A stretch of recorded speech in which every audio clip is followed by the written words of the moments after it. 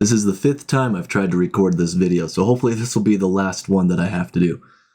This is a desert and rocky scene that I put together to kind of take the look of some of our more Southwest style looks here in the United States, specifically around the Four Corners area of the United States where I live. We share the same border as a few other states, and we all interconnect. You can actually go to the Four Corners and be in 4 states at once. It's kind of cool. But in any case, what I'm going to do is I'm going to break down the scene. It's supposed to be extremely rocky, high detail in a lot of places, and hopefully you guys like the way this looks, just like I do. And let's get started. And this is in 4K, which is on purpose. This build has a lot of small details to it, so having it at 4K makes a lot of sense. But a lot of those details go away when I reduce it to 1K, which I'm going to do because it'll make things a lot faster. So I'm going to go ahead and take a quick screenshot here of the landscape for the thumbnail. Right there. And we're going to save it as Sandy Rock. Sandy Rock. Here we go. I already have one right there, but whatever. All right, so I'm going to reduce this to 1K. You will need to have Gaea 1.3 for this build. If you haven't already downloaded it, the Bleeding Edge version, you're going to need it because there are some nodes in it that I'm using that are not in earlier versions. Keep that in mind as we go through this build. My mic is in the way, but I do have a new mic, so I hope it sounds better than my old mic. All right, so the first node that we have is Rocky. That is new in Gaea 1.3. It gives us this awesome rocky floor, which is good for making like rocky textures and whatnot.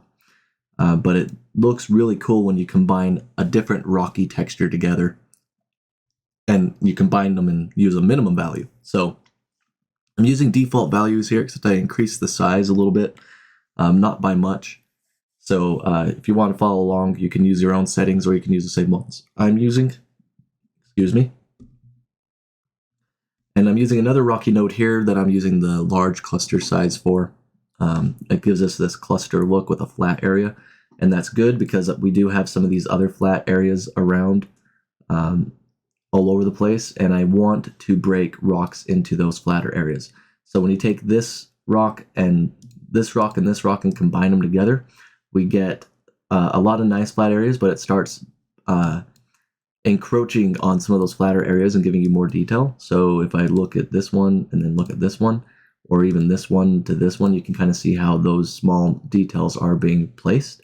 That's important because as we get further along our landscape build here, we want to have a lot of broken structures on the slopes. The next node is Worstlands, and Worstlands is just a very basic node that I like to use for a lot of things. I like the details it provides. It's simple to use, it builds quickly, and I think it looks fantastic out of the gate. So I use Worstlands a lot, but I'm mostly using it in this case for these hilly structures right here. It provides really awesome sharp peaks that we can use to then smooth out when we do our thermal eroding. The next node is Insert, and this is new to 1.3 as well. And Insert's important in this build because if we were to use just a regular combine node, we wouldn't get the details of the rock where we need them. The Rocky node is a very flat node, and anybody who is used to node graph builds of landscapes, getting a flat node to combine properly with another structure or feature or whatever on the slopes is extremely hard to get right, and you have to finagle a lot of things. So the Insert node allows us to plop 2 things together and insert one on top of the other. So the top node will be what we are going to be using as our base, and the bottom one will be what we use to insert on top. So now instead of just having to combine and try to merge these things together appropriately, we can just throw it together in an Insert node, and now we have these rock features all over the place, even on the slopey parts of our landscape. And this is important because we want to break up those slopes. We want this soft rock look that we have down in those southern parts of where I live. They kind of just get soft over time because of thermal erosion. There's a little bit of hydro erosion there, but most of the time it's usually just heat and it's mostly just freezing and thawing is what creates a lot of those features. Very soft, smooth features, and that's important for this build. Next will be surface, and this just adds a small amount of detail to everything. And I did that because we're going to need a lot of detail in the end. So I added it now, and because we're going to lose a lot of that when we do our thermal eroding. And I want there to still be quite a bit of detail, which we're going to add back anyways. But I wanted to make sure that we could add some additional detail now. That way we have more to work with when we erode with our thermal erosion. And this is what we get with our thermal erosion.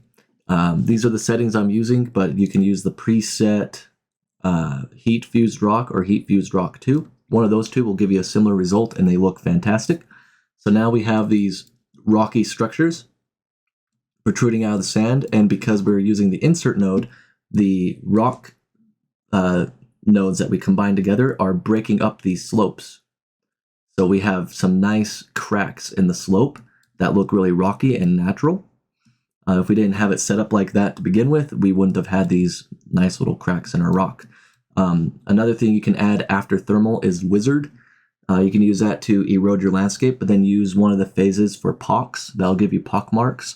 That is also a common feature that you'll find in the rocks around this area, and you can kind of see some kind of coming in right here just naturally because of the rock nodes, but it'll look a lot better. But I didn't do it in this case, but you could do that if you wanted. After that is the texturing, and the texturing is just a very basic texture. It's nothing too special. I just build out from a very base vibrant map to a less vibrant map. That way I can retain some color variation. So I'll go ahead and show you the final color that I have here. And that's what we ended up with.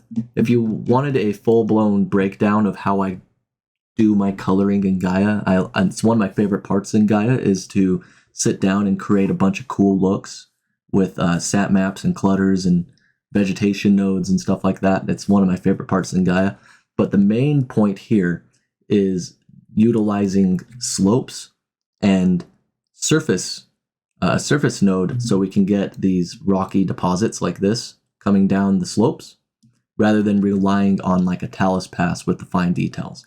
I am using a little bit of the fine details here, or the debris size, and that gives us these looks like the larger chunks right here, as well as they're kind of hard to see at 1K, but they'll come in like right here and right here.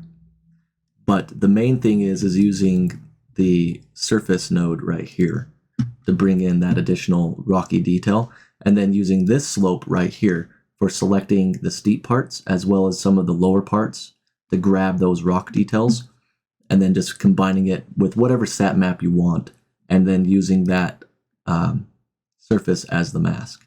So you can get these rock variations, colors in the dirt and whatnot. It makes it look really nice. So that is essentially the build. I like to look at it with the new atmosphere options inside of 1.3. It's not necessarily a new option. We have had aerial perspective in the past and a first person view option in the past, but that was a long time ago and it was taken out because it was causing problems, but it's back and I like to use it. But I mostly like to use it with the light node because the light node provides really nice looks. So that is the build. It's a very simple build. It doesn't take a lot of nodes. Most of the nodes are for coloring, and that's just because I tend to go crazy on coloring in Gaea. I could probably get away with just a couple of nodes, but it's, like I said, it's one of my favorite things. So if you have any questions on this build or any questions in 1.3 or regarding 1.3, feel free to ask. You can join the Discord and ask there as well. I highly recommend that. I have an easier time getting notified in the Discord chat than I do in video comments, but please comment in videos if you would like, if you want as well. I do answer all of them if I get an alert and I remember to do it, so I don't like to leave people hanging. But other than that, join the Discord if you would like, and then we can talk about a whole bunch of stuff there, not just Gaea. If you're not a Gaea user, we do have people who use World Machine. I am a World Machine user myself. I just haven't used it in a while. And we also have World Creator users, and I also use World Creator. I just don't use it every day. So if you want to join for whatever reason, feel free to. And everybody in there is pretty chill. So in any case, I hope you enjoy this build. It's very simple, straightforward, with great amounts of detail.